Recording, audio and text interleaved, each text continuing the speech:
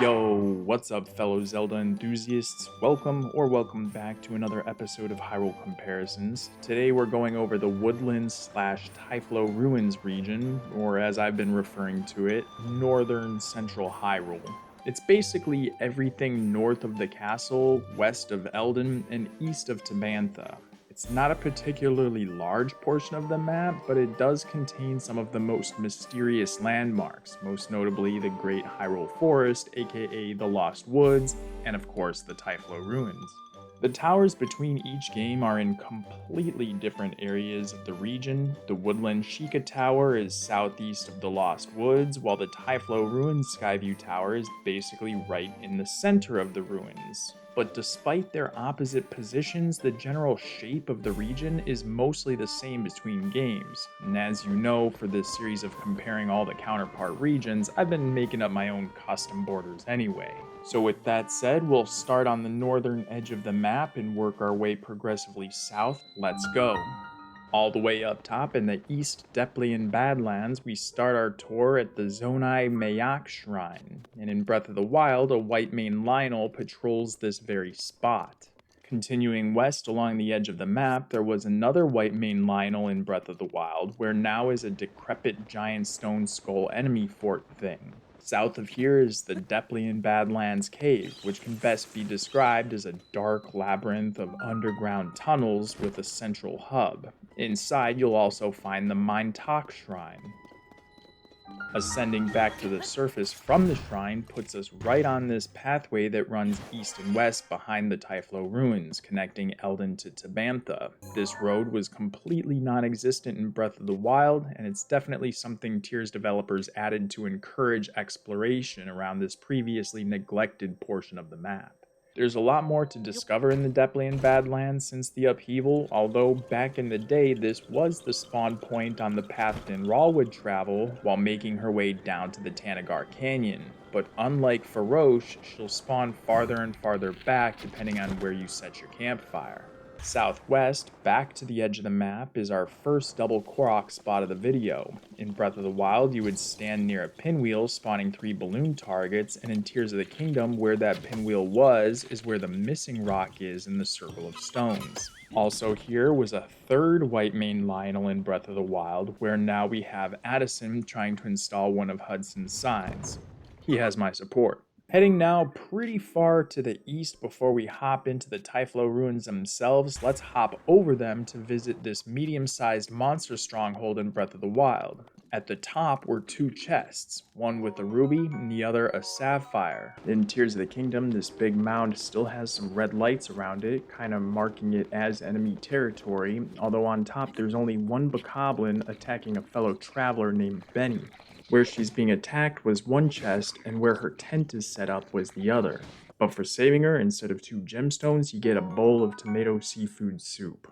And continuing slightly more east, knock out another double Korok spot. This one is similar to the first one we just talked about, where there used to be a pinwheel that would spawn 5 semi-hidden balloon targets. Now on top of this same dead tree is a simple rock to lift. This area used to be more laid back, inhabited by peaceful wildlife, but now a black Hinox sleeps right nearby. And heading even farther to the east, up the path towards Death Mountain, there's a cherry blossom tree thriving because the volcano is no longer active. When it was, during the Calamity days, lava flowed along a path that would have put this tree right on the shoreline of the lava Darunia Lake. West of here is a dragon tier geoglyph for memory number 11, titled A Master Sword in Time, the one where we get to see what Zelda experiences back in ancient Hyrule after Link presents the decayed Master Sword to the pedestal after completing the Great Sky Island. Southwest of the dragon tier is the Sikuku Shrine in Tears of the Kingdom.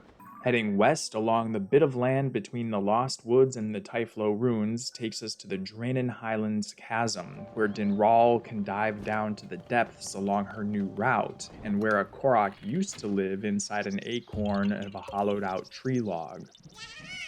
And now we're ready to actually go inside the Typhlo Ruins. We'll enter along the bridge from the west, as this was your only point of entry in Breath of the Wild, and of course Typhlo remains shrouded in shadow. Even after you get to the center, kill the Hinox, take the orb, place it in the pedestal, and reveal the Kito Wawai Shrine.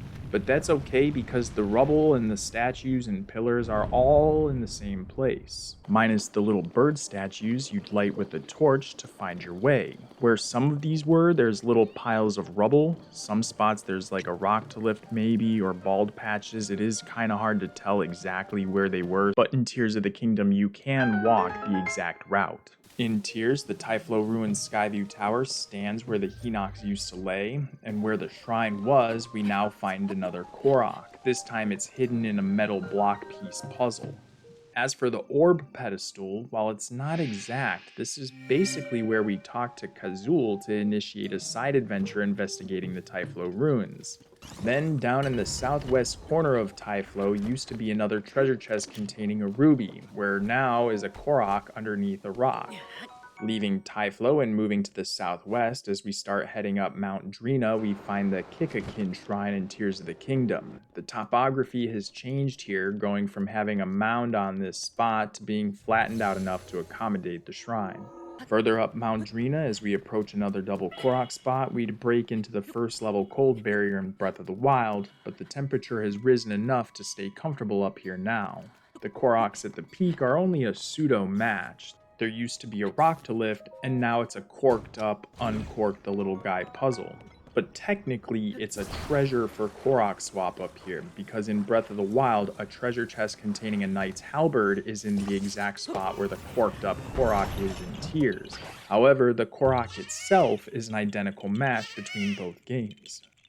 Directly south of here, heading down to the base of the other side of Mount Drina, is the Yiga clan Merida branch, where you can find the Yiga Tights after freeing their prisoner, Eliza. East of the cave entry, on the cliffside overlooking Lake Makar, is a Hinox habitat. A blue Hinox moved out, and a regular red Hinox has replaced it. South of these Hinox, up on top of Elma Knolls, a chasm has opened up exactly where a Korok used to live. And the Elma Knolls chasm is one of, if not the smallest chasms on the map. And then we can head slightly east of here for another double Korok spot. There used to be a rock surrounded by dead trees, and all you would have to do is lift it. Now there are floating fairy lights to examine hanging out midair in the same exact spot, and you've got to build something to stand high enough to reach it.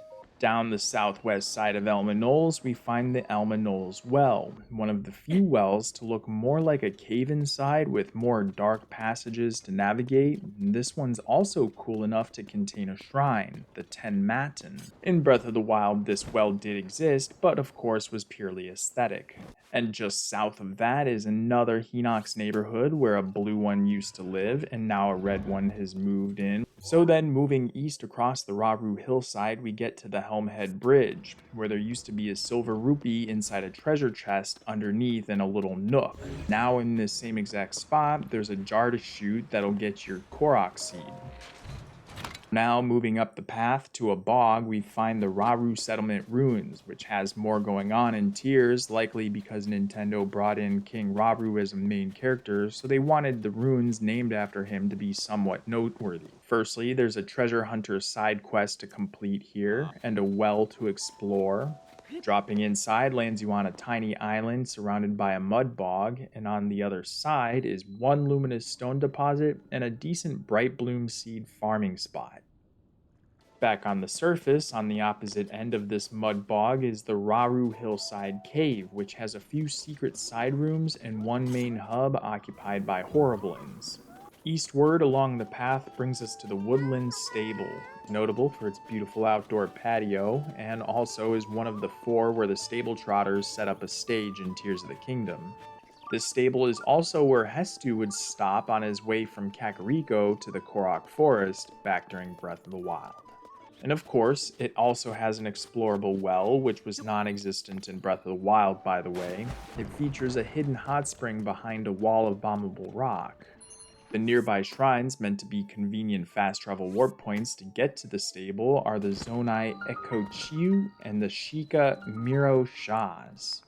While there's nothing of note in Breath of the Wild where the Zonai Shrine will eventually be, in Tears of the Kingdom, where the Sheikah Shrine was, is where we first find Kilton and Colton hunting for bubble gems in the Pico Pond Cave. Probably the most basic cave in the game, as this one is meant to teach you the importance of bubble gems, just in case you somehow made it this far without ever slaying a bubble frog, but I digress.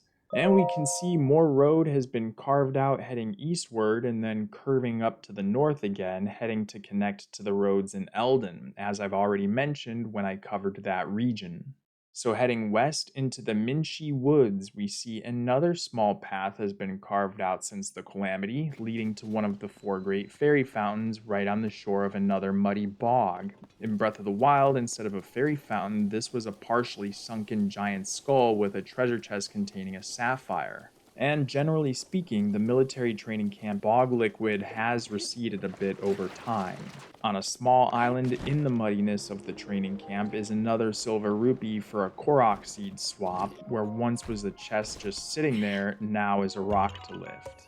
Then, of course, directly north of here in the other big pool of liquid, the Woodland Tower once stood. Now, I personally think it would have been super cool if there was a giant stone skull enemy fort with a decayed royal claymore stuck in the skull, half sunk in the bog to mark the exact location in Tears, as if it were left behind on the surface when the Sheikah Tower receded back into the ground. But there's nothing here except some wooden debris and maybe a missed opportunity. Anyway, heading to the east back onto dry land is the Minshi Woods chasm in Tears of the Kingdom, which is our ticket through the Lost Woods. But since chasms don't exist in Breath of the Wild, from here we can continue up the path. In fact, we absolutely must, because the way through to the Korok Forest is by following with the direction the wind blows. But in Tears, we can't make it through this way. The farthest you can run into the Lost Woods in Tears of the Kingdom is right over to the Rubbly Ruins checkpoint spot where you would get a torch and light it up to go run through the rest of the woods in Breath of the Wild. You'll also notice the Lost Woods are more purplish than blue in Tears of the Kingdom if you've gone through before helping get the Deku Tree well again. And once you have, the fog no longer has any gloom in it, so the areas look the same. And so to do that, we must go down the chasm and ascend into the Korok Forest from below. I remember trying to skip through using Makar Island back in the day as a possible secret entry. Not only does this still not work, but the island has a gloom spawn and an electric wizrobe now, making it even less of a good idea. Although this particular gloom spawn, alongside many others as I've learned, has a random set flag associated with it, which means that sometimes it appears and sometimes it does not. Anyway, when we do get to the Korok Forest in the center of the Lost Woods, we can unlock the Kyo Rug Shrine in Breath of the Wild and the Musano Kier Shrine in Tears of the Kingdom. Although they're not in the same spot, this coulda, woulda, shoulda been a cool double shrine spot because why not? There's nothing in each shrine's counterpart location anyway. Surrounding Korok Forest in both games are 3 shrines each. They're farther out towards the edge of the Lost Woods in Breath of the Wild, and more on the outskirts of Korok Forest in Tears. The first pair in the South Woods would see the Kun Sadag Shrine pop up on the shore of Lake Saria after feeding some metal objects to a couple hungry trees. Then there's the Ninjas Shrine, which is only accessible from above, as the fog in the Lost Woods is much thicker in Tears.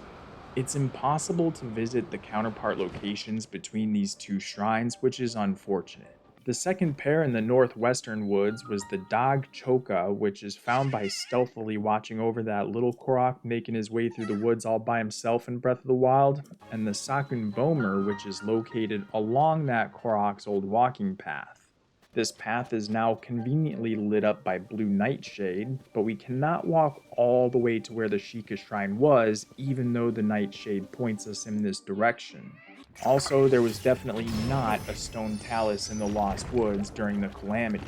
And then the third pair to the east was the Mag Halan and the Poo Poo Nuke. Or the Poo Punke? Whatever. This pair is the most similar, being the Test of Wood and a quest to gather golden apples respectively, basically running the same exact route through the fog to get to the apples as we did the Sheikah Shrine.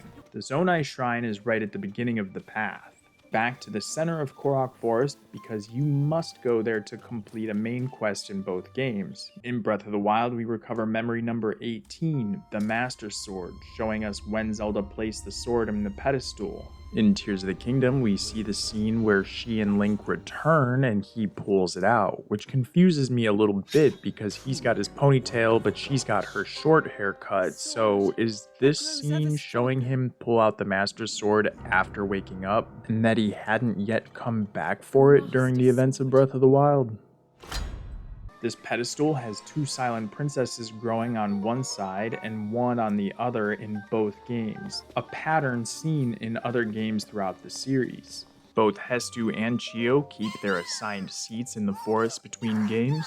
Moving inside the Deku Tree, we see one of the shops has been displaced due to the formation of the Deku Tree Chasm. And once you heal the Deku Tree by heading down and defeating the Gloom Spawn, giving him a tummy ache, the shops open back up for business, and we learn where the sword is and how to get it. Also, this is a proper time to mention how in the first game you need a certain number of hearts to pull the sword, while in the sequel you need a certain amount of stamina.